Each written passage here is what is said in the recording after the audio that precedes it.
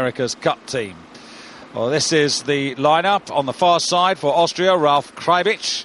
Next to him in lane number 2 for Slovenia, Itzhak Čop. Last year's runner-up, once again trying to regain the title he last won in 1995. Here is the world champion, whose style is generally to settle for the first 1,000 and then wind it up throughout the second half.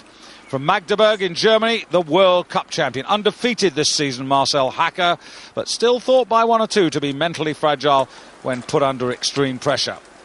In lane 5, the 34-year-old from the Czech Republic, Václav Chalupa, as hungry as ever, 4 times a runner-up, yet to win this title. And last but not least, in lane 6, closest to you, this is Dirk Lippitt's silver medals with the Dutch quad in the Sydney Olympics and last year's World Championships, now tackling the sport's ultimate individual challenge. So here we go, the start of the men's single sculls. And this should be something to relish, Dan. Oh, this is a real tactical battle between the 3 men in the middle there, Norway, Slovenia and Germany. This is Hacker, who is a fast starter, likes to go out in front. And the only way, really, that anyone's going to beat him, I think, is to undermine that confidence that he gets when he gets out in front. Well, I think you've really got a battle between Norway and Slovenia. They're the people who are going to try to put pressure on him. He's the one that they have to beat, and the way that they're going to beat him is to try and press him in the middle, get in front of him and make him break up. That's the key. That's the key. In the semi-final, that's what Čop, this man here, had to try and do. He went out in front, and he was out in front of Hacker, and then let Hacker come through to win that semi-final. But he was testing him. He was just seeing how fragile Hacker would be. But here it is. Hacker's out in his favourite position, and he's gone out in front. In picture now, the defending world champion, the 26-year-old Norwegian, Olaf Tufte. Of course, he and the man to his right, Itzhak Čop, no strangers to each other, because right the way through the Sydney Olympics they were battling each other in the double sculls, and now they find themselves confronting each other once again in the singles. But Hacker looking very comfortable, very smooth start. He's a very powerful sculler. He's a very, very eccentric guy, but he won't like this. He won't like the fact that Čop has just edged past him here, everybody putting a lot of pressure on him. He's won through here, been very, very confident in the heats and the semi, but Čop is the one really giving him a lot of trouble at 500 metres. Yes, and it's just about the Slovenian. Indeed it is, through the first quarter.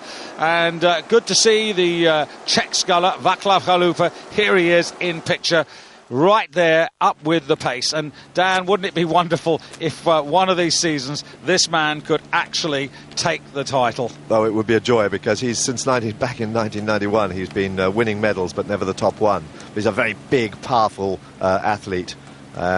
And this man really new to this single scull game, really, at this level. He's done well to get into the final, but he's out on the outside lane, and I think he'll find it quite hard when there's so much tactical stuff going on up in front. Quite interesting that the Dutch decided to break up their successful quad formation to do something different this season. Well, the other 3 have gone into the Coxless 4, and they're performing well in it, but not as well as they were in the quadruple scull. So I think they're just having a break from each other, probably, for this season. But here's Čop, Dan. Now this is very, very familiar, as we saw in the semi-finals. He's trying to do exactly the same again, but can he carry it through this time? Just watch how Čop sculls. It's so different to the way Hacker sculls. Čop lies a long way back. He's a small guy, powerful guy, keeps going, great lungs. He's not a pretty sculler to watch, but he does move his boat. Hacker, meanwhile, sits up tall, pumps away on his legs. He's a big athlete, and he doesn't really finish it out as strongly as Čop. So Čop gets his power through the last part of the stroke, whereas Hacker gets it through the middle, the first part in the middle of the stroke. There you can see that lie back there of Čop. Long sculling, big long strokes. So still the Slovenian with the advantage through the first half of the race there, and pretty close together, and all the medals up for grabs here. Just a little bit concerned about Tufte. Seems to me to be just a little far off the pace. Well, I think Čop has really been he's been let down by Tufte, because I think Tufte should have been pushing Hacker in this thrust here through the middle. But what is Hacker going to do now? This is the first time he's been put under this kind of pressure. This is extraordinary. Čop has got nearly a length on Hacker, and with Čop's courage, you know that it's going to take an awful lot to pull him back. And I think Chop is really going. This is exactly what he wanted to do. Hacker hasn't responded yet, but he's holding on. That they are well up now on Chalupa and on Tufta. Yes, clear water for the first two, ahead of the leaders there. And Chop, 17 years of experience in the sport, and he's really laying it down to Hacker now as Tufta starts to get going. Now, we're going to see now what Hacker is made of, because this is the first time he's been put under this kind of pressure. We're going to see whether he has the courage, whether he has the character to do it. And look at this, he is coming back. Chop has done everything he can to win this race. He's pushed so hard in the middle. He's made the move on Hacker. Now, has Hacker got the courage to pull him back again?